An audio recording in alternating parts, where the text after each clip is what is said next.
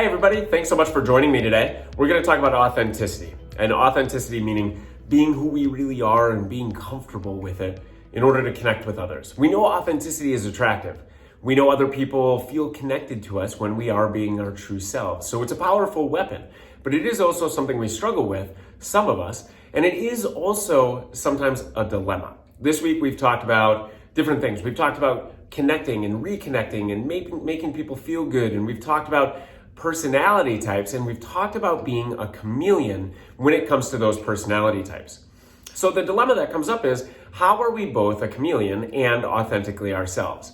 So when we talk about being a chameleon, we talk about how we communicate, how we present information and data and our value, etc., so that the other person can easily understand, so that there is a connection, so they can pick up what we're putting down. That's what being a chameleon is. It doesn't mean acting like somebody you're not. It doesn't mean changing your belief system. It simply means presenting information, data, and communicating in a way that allows there to be a personal connection and allows them to understand what you are trying to convey. Being authentic means being who you really are in terms of being you without fear of rejection, without fear of a confrontation, without fear of someone judging you. Now, this is a huge topic, and we could talk for a 3-day seminar through being authentic, and there are many books, and I've shared a couple down below in the email here.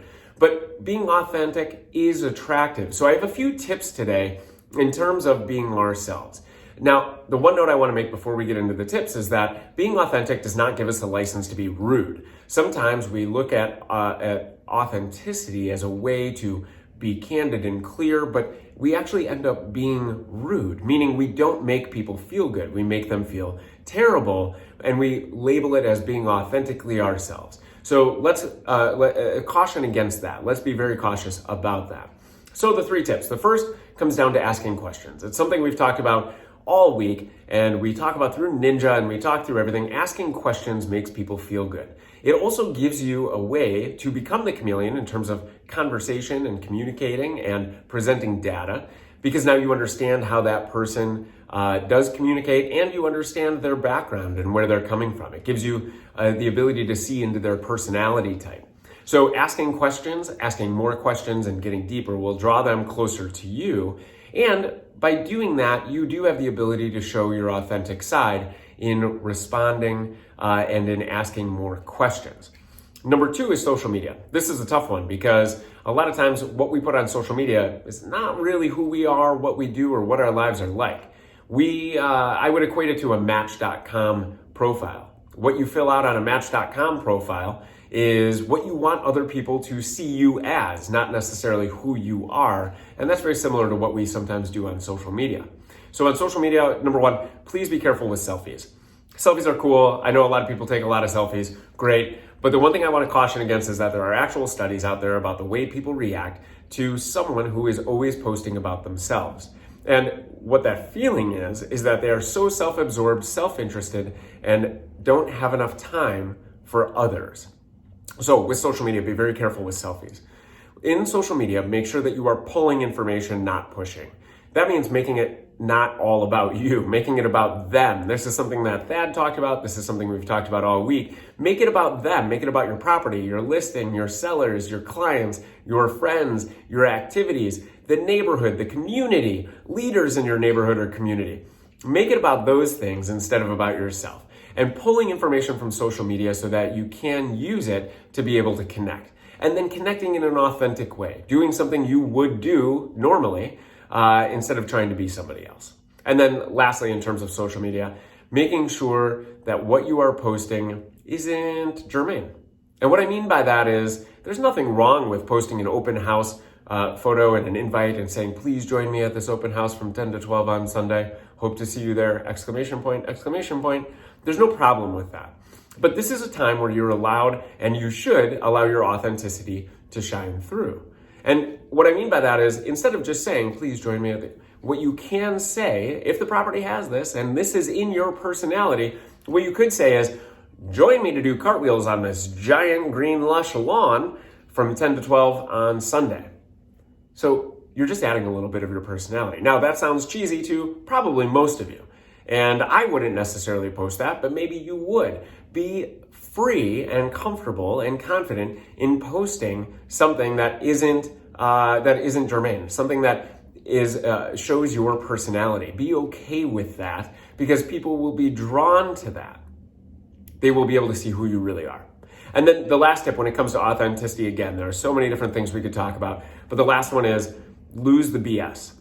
People have a great BS meter. Think about the last time you knew you were being BS. How did you know? How did you know the person talking with you is feeding you a sandwich of nonsense? How did you know? Think about the last time you had to BS someone.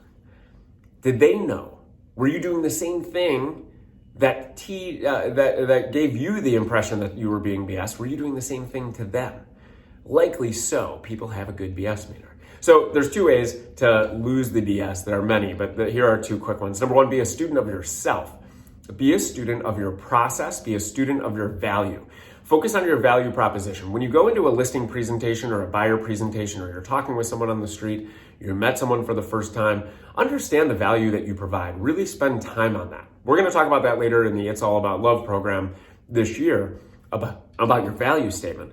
But what's key here is to understand your process and the value you provide. When someone asks what you're going to do to sell their home, or what you're going to do to help them find a new home, if you're BSing them, people can feel it. If you're just rambling on because you don't have a process, or you can't convey or communicate that process, people can see that. So that's number one. Be a student of yourself, be a student of your process and your value. Number two is be a student of the market. That is key. When people ask you what's going on in a neighborhood or a community, make sure that you have an answer and you're not just sharing light anecdotal or shared anecdotal stories. Those are okay. But if you're a student of the market, you're able to speak to actually what's going on in the market, as opposed to rambling a little bit and making it sound like you kind of know what's going on. And we've all been there, where we actually shared a kind of stat that we later find out isn't true, and we have to backtrack. When we lose the BS, we have the ability to be more authentic, and the way to do that is to put yourself in a position to not have to BS people. Be a student of yourself and be a student of the market. Now, these are just 3 tips. There are many more, like I said. This is a journey towards being authentic. I've struggled with this my entire life since I was a child. So this is something that I continuously work on, is being more authentic so that I can connect more freely with people. I've listed a few books down below. Please Google it. There are TED Talks. There are a million books. There are audio books. There's a lot of information out there. And so if this is something you struggle with, use the resources that are available. Find other resources. But I guarantee when you are authentic, you will attract more people to you, and you will have stronger relationships and connections, both personal and professional, and the professional will lead to you selling more real estate. Thanks again for joining today. I hope you have a wonderful day.